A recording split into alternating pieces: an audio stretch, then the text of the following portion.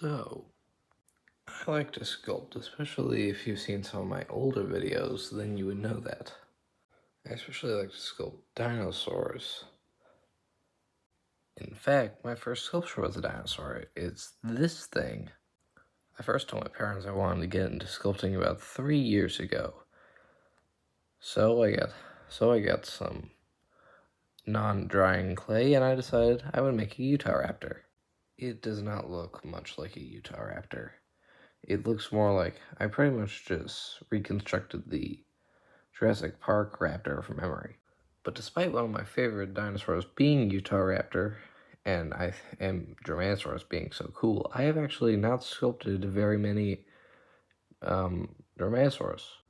At some point along the way, I did sculpt this little Velociraptor, which is inaccurate. The toe claws aren't very well pronounced, the tail's bending down, and there are only 2 claws. But for a while, this was the only other Dromaeosaur I had. Until now. Diorama of a Nanotyrannus defending a kill from another predator. And I decided that predator would be a pack of Deinonychus. And this was a problem because I had never made a Deinonychus and I had only made 2 Dromaeosaurs. And for this diorama, I needed to sculpt at least 2. Regardless, I decided I would avenge my previous terrible sculptures and went through with it and made 2 Deinonychus. It took me about an hour of sculpting, but finally I got this.